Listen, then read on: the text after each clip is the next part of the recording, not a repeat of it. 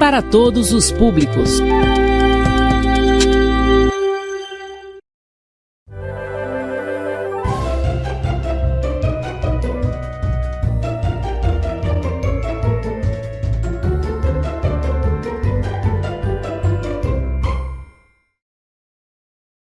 Boa tarde, gente. Estamos de volta com o projeto Escola em Minha Casa, Projetos de Vida, projeto da Prefeitura de Rosário por meio da CEMED. E a gente está de retorno hoje com o conteúdo de 8º ano.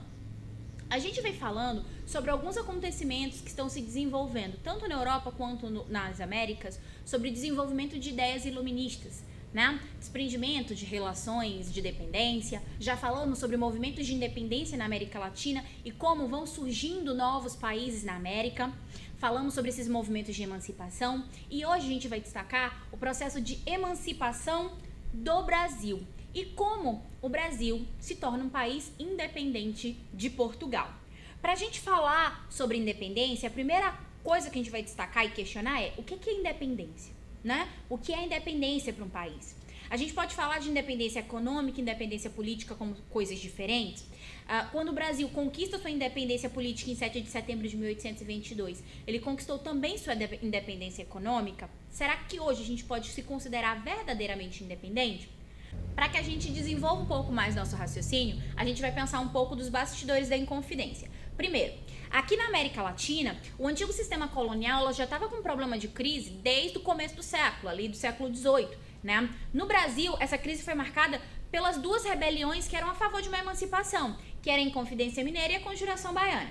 Em 1808, a corte portuguesa chegou ao Brasil e o que, consequentemente, muda os rumos da independência desse país, né, do nosso país. Todos esses acontecimentos só são algumas faíscas que vão levar ao 7 de setembro de 1822, que é a data que inicia-se a independência do Brasil, né? Que se desenvolve a independência do Brasil. Para a gente falar sobre a independência do Brasil, a gente tem que falar sobre Napoleão Bonaparte, né? No início do século XIX, o imperador da França, Napoleão Bonaparte, ele passou a dominar e a combater quase todos os países inimigos da França. Porém, ele não conseguiu vencer sua principal rival, a Inglaterra. Assim, para enfraquecer essa grande potência, Napoleão decretou o que a gente vai chamar de bloqueio continental. Ele não conseguia encarar a Inglaterra mano a mano na área militar, porque a Inglaterra era uma ilha. E a marinha inglesa era a melhor marinha da época, então ele não conseguia conquistar o território inglês. Então ele tentou usar a inteligência e trabalhar a partir do bloqueio continental. O que o bloqueio continental definia, né? Era uma proibição imposta pelo imperador Napoleão Bonaparte que consistia em impedir o acesso a portos dos países então submetidos ao domínio do Primeiro Império Francês a navios do Reino da União, do Unido, da Grã-Bretanha e da Irlanda. Ou seja, a gente está dizendo que Napoleão quer que a Inglaterra enfraqueça economicamente. É por isso que a gente vai visualizar que outros países até se mantêm uma relação econômica com a Inglaterra, mas por debaixo dos panos, né, na clandestinidade. Só que, gente, Portugal estava num impasse, ele estava em cima do muro. Ele podia se submeter ao bloqueio continental e dizer, tudo bem, vou obedecer Napoleão. Só que se ele aceitasse Napoleão, todas as colônias dele estariam suscetíveis à invasão inglesa. Só que se ele contrariasse o bloqueio continental, ele se expunha à invasão inglesa. Fora isso, a economia portuguesa sempre foi extremamente dependente da economia inglesa. Tanto que eles tinham um tratado econômico chamado Tratado de Pães e Vinhos, que era o Tratado de Medway, né? Que fazia uma troca comercial muito direta. Então, assim, a economia portuguesa era extremamente dependente da Inglaterra. Então, para eles não era fácil quebrar esses laços. Literalmente, Portugal estava em cima do muro, né? A Europa, ela passava por uma crise política, né? Portugal, ela estava passando por uma crise econômica, como eu falei, extremamente dependente da Inglaterra. E uma crise política que ela estava passando mesmo com as riquezas das suas colônias. A Inglaterra e sua marinha de guerra dominavam os mares, só que Napoleão Bonaparte e seu exército dominavam o continente. E Portugal estava no meio dessas duas grandes potências, né? Para pensar isso, a gente tem que pensar no príncipe regente da época. Professora, não era um rei? Não. Na época, no caso, oficialmente seria Dona Maria Rainha, Maria I, a mãe de Dom João. Só que Dona Maria, ela foi diagnosticada com o que hoje talvez muitos historiadores definem como esquizofrenia, né? Tanto que ela é conhecida como Dona Maria a Louca, né? Dom João, ele governava como príncipe regente em nome de Dona Maria, né? Ele tentou permanecer neutro, ele fingiu aderir ao bloqueio continental para enganar a França. Em 1807, França e Espanha assinam um tratado de Fontainebleau, né? Que era um tratado secreto. Em que sentido? França dizia assim, ó, eu vou usar aqui teu território para chegar até Portugal e a gente vai dividir o território português, né? Daí, porque ele era secreto, né? Enquanto isso, o exército de Napoleão já ia em direção a Lisboa, capital de Portugal, né? Diante das pressões tanto da Inglaterra quanto da França, Portugal teve que tomar uma decisão. E a decisão que ele decide, né, que Dom João toma, é mudar para o Brasil. Essa decisão foi tomada às pressas e contou com a ajuda da Inglaterra, que veio escoltar a corte portuguesa até o Brasil em troca de receber benefícios econômicos. Em 29 de novembro de 1807, a família real portuguesa tem uma partida tumultuada, partindo do Porto de Belém, em Lisboa, com 45 navios e 15 mil pessoas. Professora, a família real tinha 15 mil pessoas? Não, a família real era bem pequenininha. Mas eles foram junto com toda a sua corte, né? Todos os nobres que os acompanhavam. Junto com esses nobres, eles levavam documentos administrativos, riquezas dos cofres públicos, bagagens pessoais, parte da biblioteca portuguesa, animais vivos, entre outros, né? Muita coisa foi levada e muita coisa foi esquecida nos portos. A gente tá falando de Dom João, mas a gente também tem que falar da sua esposa, a rainha Carlota Joaquina.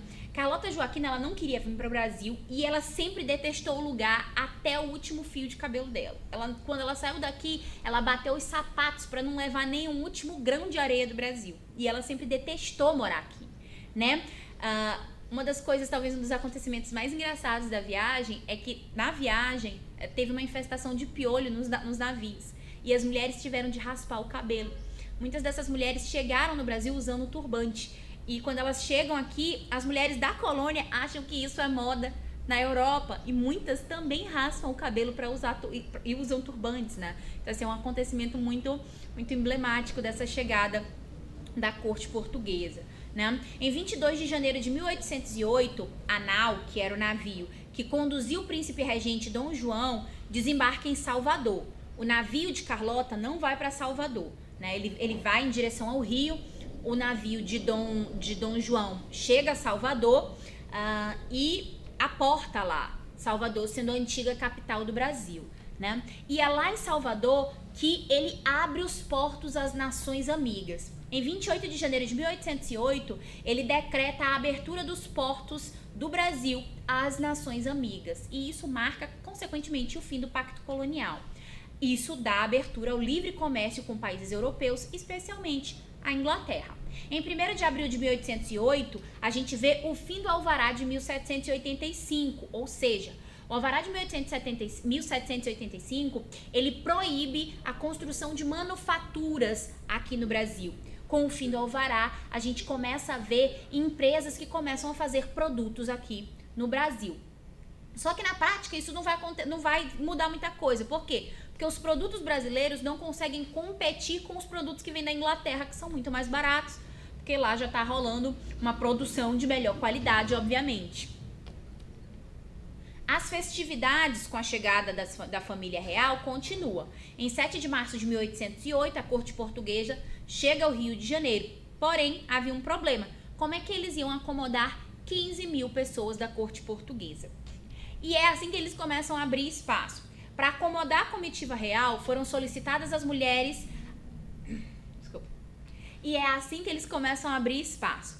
Para abrir espaço para a corte real portuguesa, eles começam a solicitar as melhores casas do Rio de Janeiro. Eles vão colocando plaquetinhas nas portas das casas, escrito PR. E eles dão 24 horas para as pessoas que moram naquela casa sair de lá.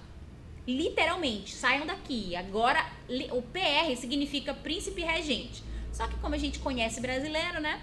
Brasileiro não perde a piada. Muita gente começou a dizer que significa ponha-se na rua, prédio roubado, propriedade real, né? Então, essas melhores casas começaram literalmente a ser tomadas. Enquanto a guerra continuava na Europa, onde a Inglaterra defendia Portugal, a presença da família real no Rio de Janeiro contribuiu para as grandes mudanças na colônia. O Rio de Janeiro precisava se tornar a sede do Império Português, então ele precisava passar por mudanças. As primeiras que a gente vai destacar são as mudanças econômicas, né? Dom João adotou várias medidas econômicas que mudaram o cenário brasileiro. Entre as principais a gente pode citar a abertura dos portos brasileiros às nações amigas, a revogação do alvará, que proibia a instalação de manufaturas na colônia, a construção de estradas, de reformas nos portos também, incentiva o desenvolvimento da indústria têxtil de tecidos e metalúrgica de metal. Em 1810, eles também assinam o que é chamado de Tratado de Aliança e Amizade e Tratado de Comércio e Navegação. Ambos esses tratados são tratados assinados com a Inglaterra.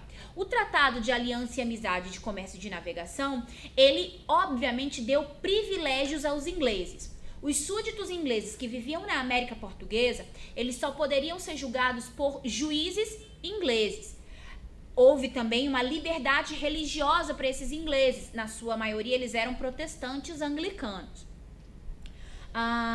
Esses tratados também havia um comprometimento da coroa portuguesa em extinguir gradualmente o tráfico negreiro. O que acontecia? Botar fim à escravidão. E, obviamente, eles não iniciam, mas é uma coisa que está nesse tratado.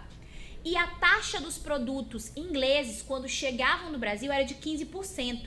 Isso era muito barato. Até os produtos portugueses era de 16%. Né? Os de outros países chegavam a 21%, 26%. Então, os produtos ingleses, consequentemente, eram bem baratos. As mudanças econômicas não foram as únicas que aconteceram. A gente também pode destacar as mudanças administrativas. Com o Rio de Janeiro se tornando sede do Império Português, Dom João montou o sistema administrativo que dava certa autonomia para o Brasil. As principais foram a criação de 3 ministérios: o Ministério da Guerra e Estrangeiros, o Ministério da Marinha e o Ministério da Fazenda e do Interior.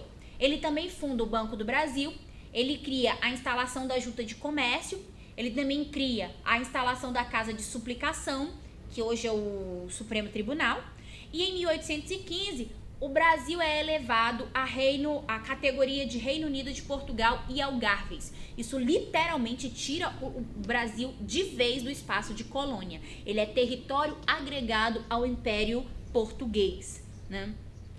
Além dessas mudanças econômicas e administrativas, a gente vai falar das medidas de incentivo à cultura, né? Aquela corte portuguesa tá vindo de um país extremamente movimentado, com festas, lugares para passeios e tudo mais. Aqui no Rio de Janeiro, quando eles chegam, é uma mera cidade do interior para eles. Então, Dom João tem que movimentar a cidade, tem que tornar o Rio de Janeiro digna de receber a família real portuguesa. Houveram essas mudanças, por exemplo, a fundação da Escola Real de Ciências, Artes e Ofícios, a criação dos cursos no Rio de Janeiro e na Bahia, cursos universitários de cirurgia, química, agricultura, desenho técnico, entre outros, a fundação do Museu Nacional, da Biblioteca Real e do Observatório Astronômico, a criação do Jardim Botânico, a criação da Imprensa Régia, é o primeiro jornal que é criado no Brasil oficialmente, aceito pelo Estado, e, obviamente, o estímulo às artes. Dom João, ele traz para o Brasil uma missão de artistas franceses, né? Napoleão já estava começando a perder seu poder, então muitos artistas franceses foram trazidos para cá para ilustrar o Brasil da época. Muitas obras de arte desses artistas foram usadas como fontes e vestígios históricos para o estudo do Brasil colônia, né? Só para ilustrar, a gente consegue ver a fonte central aí do Jardim Botânico e a planta da época, né? Também a Gazeta do Rio de Janeiro, que era o jornal oficial do governo. Lá eram publicadas as nomeações e diversos atos do Estado. Essa aqui é uma das obras pintadas por Debré, né? Que foi um dos artistas que vem com a missão francesa, né? Só que até então eu tô falando de Dom João, apenas Dom João, ele é um príncipe regente. Só que em 1816, Dona Maria I morre e o príncipe regente é aclamado como rei. Ele é coroado e recebe o título de Dom João VI. Só que nem tudo é paz aqui nas colônias, né? Quer dizer, nas ex-colônias. né? A gente vai ver que vão acontecer perturbações e isso se decorre de tensões ali no Nordeste e vai acontecer o que a gente vai chamar de Revolução Pernambucana. Em 1808 a gente vê um aumento dos privilégios portugueses aqui no Brasil. Comerciantes portugueses controlavam as atividades de importação e exportação, gerando endividamento e a dependência dos grandes proprietários. Em Pernambuco, que era um dos grandes centros de produção açucareira, a crise econômica era muito grande, principalmente com o declínio da exportação do açúcar e do algodão. Entre os anos de 1815 e 1816, a gente tem uma grande seca no Nordeste, a destruição da agricultura e, obviamente, o que leva à miséria e fome, né? A insatisfação popular aumenta ainda mais diante dos pesados impostos cobrados por Dom João VI e dinheiro esse que era investido em sua maioria no Rio de Janeiro. O movimento ele começava a ser preparado.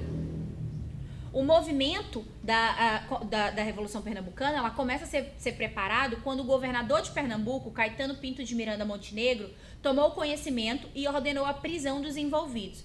Porém, os rebeldes conseguiram resistir ao cerco das tropas militares oficiais. Esse fato marcou o estopim da rebelião, que rapidamente ganhou força. Diante disso, o governador fugiu, mas foi preso pelos revoltosos.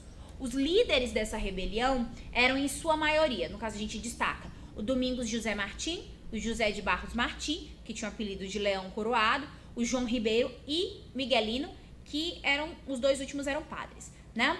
Quais foram as principais medidas tomadas por essa rebelião, né? A abolição dos impostos, a liberdade de imprensa e um novo governo que seria republicano.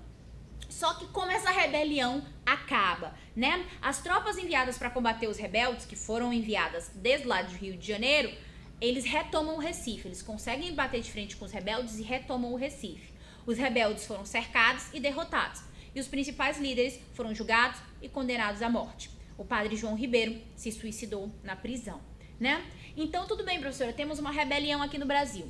Como é que tá lá em Portugal? Lá em Portugal também não tá muito calmo, né? A gente vai destacar que, enquanto a família real estava aqui no Brasil, Portugal foi governado por uma junta governativa inglesa que prestava contas a Dom João VI e ajudou a expulsar as tropas de Napoleão das terras lusitanas. Quando eu tô falando lusitanas, são terras portuguesas. Em Portugal, o povo não estava nada satisfeito com tudo isso e passou a exigir o retorno do rei, ele saindo do Brasil para voltar para Portugal. Assim, em 1820, ocorreu o que a gente vai chamar de Revolução Liberal do Porto, uma revolta que era contra o absolutismo do rei e pedia a volta das limitações coloniais do Brasil. Ou seja, as cortes portuguesas queriam recolonizar o Brasil, né? Com essas pressões dos portugueses sobre Dom João VI, eles exigem o retorno de Dom João VI para Portugal e também exigem a estruturação de uma constituição, né? Eles querem que Portugal se torne uma monarquia constitucional, né? E, obviamente, eles também querem que haja a nomeação de 12 pessoas indicadas pelos revoltosos para ocupar cargos públicos, né? Pressionado pelos portugueses, Dom João VI teve que aceitar as exigências feitas e voltou para Portugal em abril de 1821. Só que ele não vai embora e deixa o Brasil de qualquer jeito. Ele deixa no lugar dele, aqui no Brasil, o filho dele, Dom Pedro, como príncipe regente. E nesse período, a gente vê a estruturação de alguns grupos políticos, né? Os portugueses, os brasileiros e os radicais. Os portugueses queriam o retorno do monopólio colonial, ou seja, o Brasil na estruturação de colônia. Os brasileiros, eles queriam a independência, a criação de um país dominado pelos grandes proprietários e elites fluminenses em relação ali ao sudeste, né? E os radicais queriam a independência, tinham influências liberais, alguns radicais reivindicavam uma república com sufrágio universal, que todo mundo votasse, e a abolição da escravatura. Então, a gente tem 3 movimentos e vontades políticas nesse período. As cortes portuguesas não gostaram de Dom Pedro ter ficado aqui. Então, eles exigem o retorno de Dom Pedro, né? Em 9 de janeiro de 1822, Dom Pedro recebeu uma carta das cortes portuguesas, exigindo seu retorno para Portugal. A presença de Dom Pedro no Brasil impediu os projetos portugueses. As pessoas que apoiavam o Partido Brasileiro organizaram uma manifestação pedindo para o príncipe ficar. E o que ele diz, o que ele teria dito: se é para o bem de todos e felicidade geral da nação, diga ao povo que fique. E isso marca 9 de janeiro como o dia do fico, E algumas decisões acontecem a partir daí. Em 1822, inicia-se um projeto de ruptura com Portugal, em que Dom Pedro toma uma série de medidas que desagradam a metrópole completamente. Ele determinou que nenhuma lei de Portugal seria colocada em vigor no Brasil sem um cúmplice, ou seja, sem a aprovação dele. Em maio, o príncipe foi aclamado defensor perpétuo do Brasil. Em agosto, ele assinou um decreto declarando que as tropas portuguesas que desembarcassem no Brasil seriam consideradas inimigas. Dom Pedro faz uma breve viagem até Minas Gerais e a São Paulo, entre Minas Gerais e São Paulo. No percurso, ele recebe uma nova carta de Portugal, que anulava todas as medidas que ele tomou e exigia o retorno dele para Portugal. A Maria Leopoldina, a Pedro, primeira esposa de Dom Pedro, ela estava como princesa regente nesse período porque Dom Pedro estava viajando, Ela assina um decreto de independência declarando o Brasil separado de Portugal. Ela usa todos os atributos como chefe interina do governo para fazer uma reunião com o Conselho de Estado, ocasião em que esse documento foi assinado.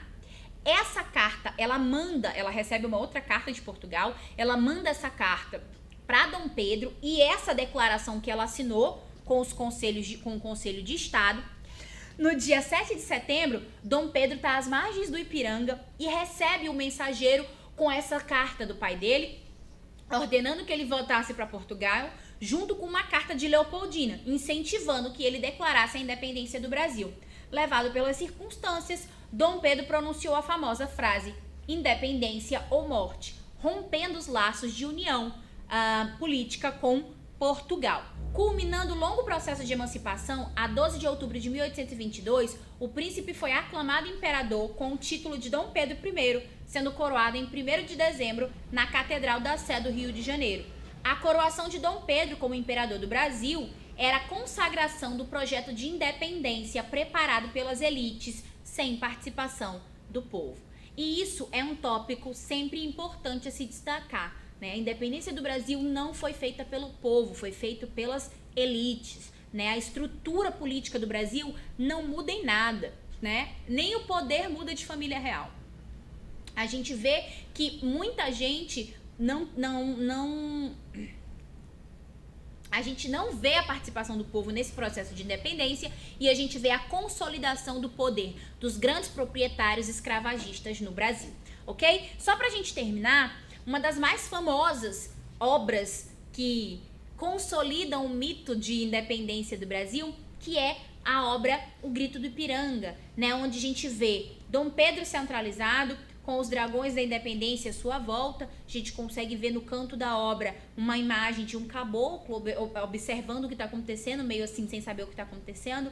E isso é muito simbólico de todo o processo de independência, onde Dom Pedro ganha essa imagem de herói e a elite está lá para suportar esse processo político de passagem, certo? A gente termina por aqui. Qualquer dúvida, leia o seu livro, converse com o seu professor e a gente se vê na próxima aula. Até!